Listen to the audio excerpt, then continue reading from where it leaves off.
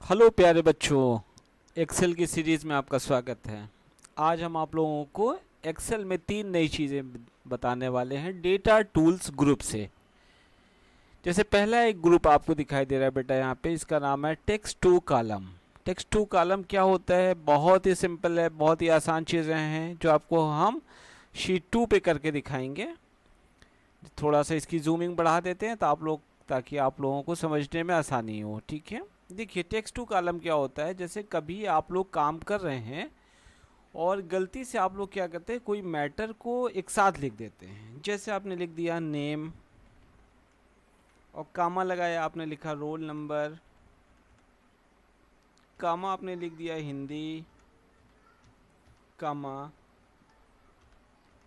English, कामा math. अब देखिए आपने इसको लिख तो दिया यहाँ पे।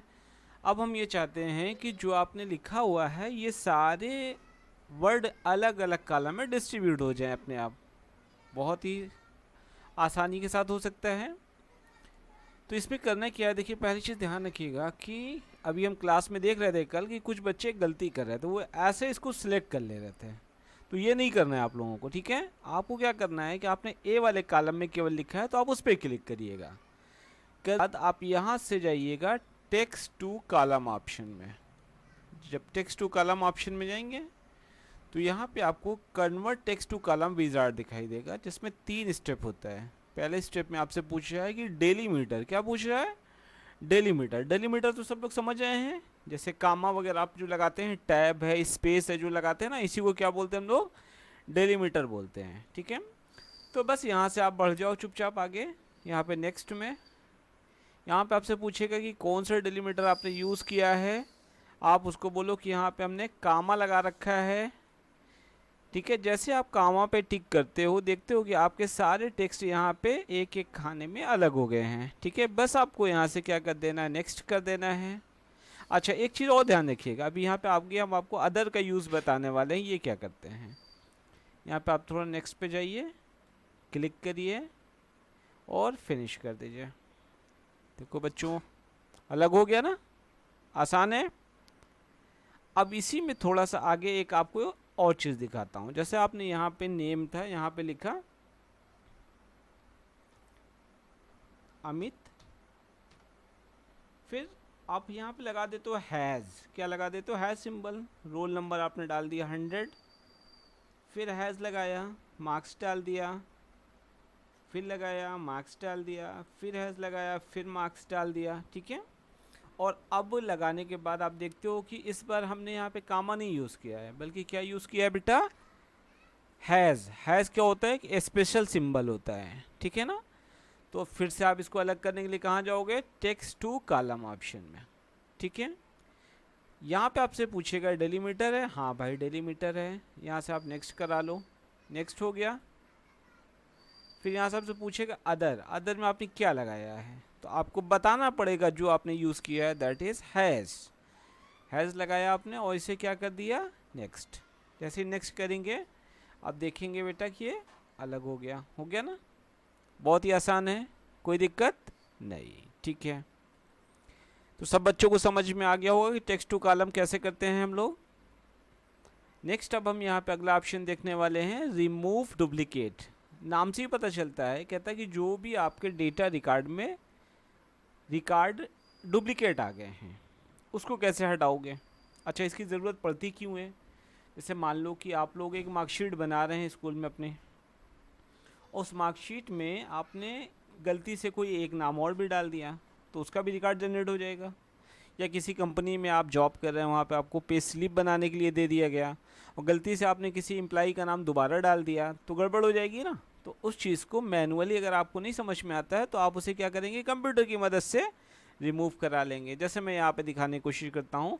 जैसे एक 7वें रो में एक रिकॉर्ड है, डव कानपुर चंदन वाला। ठीक है ना, यही रिकॉर्ड मैं यहाँ से कॉपी करता हूँ, कंट्रोल सी से कॉपी करना है बेटा इसको। और ये लास्ट वाली रो 18 नंबर में जाके इसे पेस्ट करा देता हूँ। ठीक है, पेस्ट हो गया। जब ये पेस्ट हो जाता है तब इसके बाद अब हम ट्राई करते हैं रिमूव टू डुप्लीकेट करने की। ओके,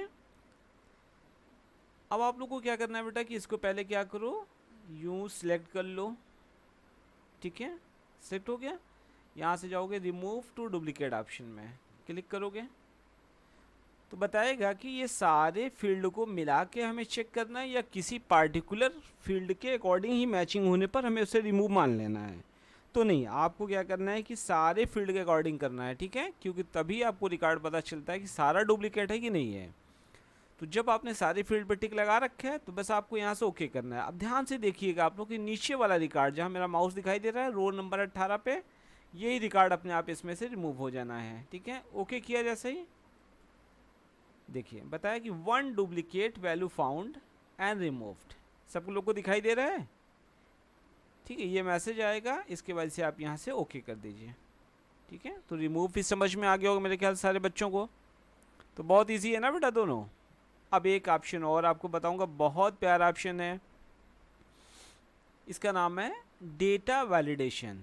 वैलिडेशन क्या होता है कि वैलिड वैल्यू को ही इंटर करने देगा आपके रिकॉर्ड में, ठीक है। जैसे वैलिड वैल्यू क्या होती है, जैसे मैंने कहा कि यहाँ पर एज है, जितने हमारे सेल्समैन काम करते हैं उनकी एज हमको लेनी है, ठीक है ना। यहाँ पे एज डाला। अब क्या होगा कि आपको एक कंडीशन दे दिया गया कि जो सेल्समैन आप ज्वाइन कराओगे अपने यहाँ पे उसकी एज आपकी 18 साल या उससे ज़्यादा हो और वो 30 साल तक होना चाहिए, ताकि फिट बंदा मिले ना यार। हम लोग की तरीके से 40 साल वाला बंदा होगा तो काम थोड़ी अच्छे से कर पाएगा, थक जाएगा। मार्केट में घूमना है, सर्वे करना है कि नहीं, तो थोड़ा बढ़िया फिट बंदा चाहिए ना आपको। तो अब आप जिसकी भी एंट्री कराओगे तो फिट वाले को कराओगे ना। तो कंपनी ने बोल दिया, आपके बॉस ने बोले भैया यही लोग को लेना है, इससे ऊपर नीचे नहीं चलेगा। अच्छा, अब मान लो क्राइटेरिया नहीं लगा है, आपने यहाँ पे 999 एज डाल दिया, बताओ ले लिया इसने, तो गलत है ना, गलत है कि नहीं है, बताओ फटाफट। गलत है। तो हमको क्या चाहिए कि हम यहाँ पे जो वैल्यू है वो हमको कहाँ पे रखनी है, एक क्राइटेरिया के अंदर रखनी है। चलो ठीक है, तो क्राइटेरिया सेट कर लिया जाए। डेटा वैलिडेशन में जाना है, क्या बोलता है डेफिनेशन में, कहता है कि this command is use for prevent invalid data entry in selected cell range. आपको क्या करना है कि यहाँ पे पहले अपने सेल रेंज को क्या करना है, सिलेक्ट करना है, जितने में आपको कंडीशन लगानी है। हो गया। फिर आप यहाँ से जाओगे डेटा वैलिडेशन में, ठीक है। डेटा वैलिडेशन में जाने के बाद यहाँ पे एक ऑप्शन दिखाएगा डेटा वैलिडेशन।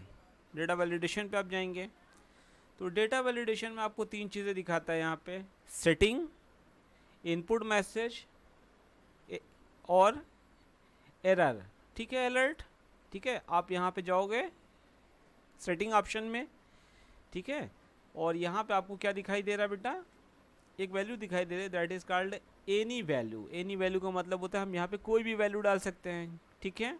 नहीं, हमको यहाँ पे क्या सेट करना है, होल नंबर। होल नंबर में सेट करेंगे। फिर पूछता है बिटवीन। बिटवीन में हमने मिनिमम बताया कितना, हमने कहा 18 साल, ठीक है। और मैक्सिमम कितने वाले एज की एंट्री करानी है बेटा, यहाँ पे आप लोग यहाँ पे बताओ खुद से, मैंने बोला कि 30, ठीक है। इतना करने के बाद यहाँ से ओके कर दोगे, ठीक है, गुड। अच्छा, लेकिन जो यूज़र है उसको कैसे पता चलेगा कि यहाँ पे हमें किस रेंज की वैल्यू की क्राइटेरिया दी गई है। तो उसके लिए एक दूसरा ऑप्शन यहाँ से देख लो, ये इनपुट मैसेज। यहाँ पे जाओ, यहाँ पे आप मैसेज यहाँ पे डाल दो। क्या डाल दो कि इंटर एज बिटवीन 18 to 30, ठीक है। अब ये मैसेज हो गया, ठीक है। अब जब यूज़र एंट्री करेगा तो ये मैसेज दिखाई देगा, ठीक है। अच्छा, अगर एक चीज़ और करना चाहते हो तो एरर में, ठीक है, यहाँ पे देखो एरर दिखा रहा है, ठीक है। एरर में आप जाओगे, एरर में जाने के बाद यहाँ पे आपको एरर मैसेज शो करता है कि यहाँ पे क्या है। अगर इसके बाद भी आपने मैसेज दिखा दिया कि भाई 18 से 30 इंटर करो, अब यूज़र उसके बाद भी गलती कर रहा है, तो क्या करोगे, यहाँ पे आप क्या करो, एक मैसेज में कर दो, ठीक है, कि प्लीज़ चेक गिवन क्राइटेरिया, ठीक है। यहाँ पर मैं टाइप कर दिया, ठीक है, गिवन क्राइटेरिया। जो कुछ भी आपको डालना होगा आप यहाँ पे डाल देना,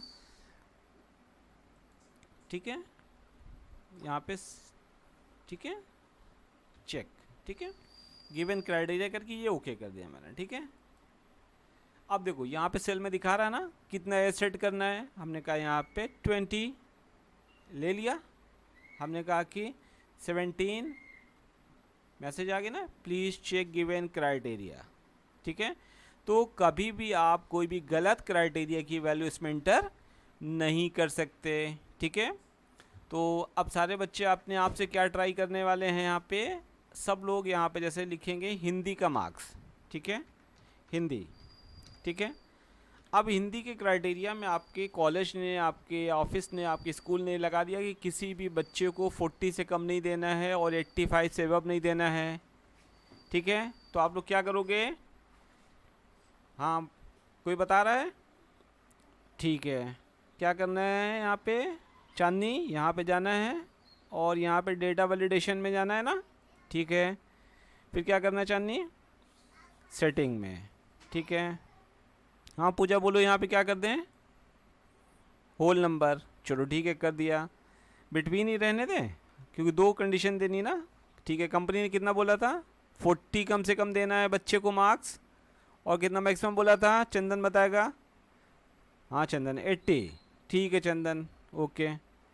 मनीष इसके बाद कुछ चाहते हो तुम, हाँ बिल्कुल सही, मनीष ने कहा कि अगर यहाँ पे इनपुट मैसेज में अगर हम यहाँ पे कंडीशन डाल दें तब तो बढ़िया रहे, तो यहाँ पे डाल दो, क्या डाल दो कि इंटर मार्क्स बिटवीन 40 to 80, ठीक है, ठीक है चंदन। अलर्ट नहीं डालते क्योंकि अपने आप वो ले लेगा बाय डिफ़ॉल्ट, यहाँ से ओके करा दो, ठीक है।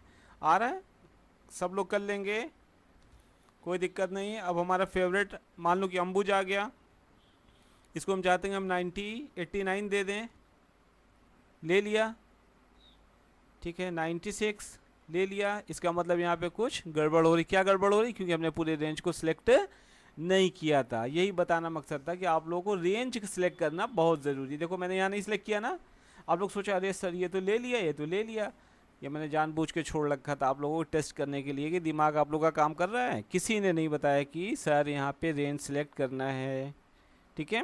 तो इतनी प्रैक्टिस आप लोग कर डालिए। कल की क्लास में आपको हम कंसोलिडेट और व्हाट इफ एनालिसिस में सारी चीज़ें पढ़ाने वाले हैं, जैसे सिनेरियो, गोल सीक और डेटा टेबल, ठीक है। थैंक यू बच्चों, आज की क्लास अच्छे से आप लोग पढ़िए और इसका प्रैक्टिस ज़रूर कर लीजिएगा आप लोग, ठीक है।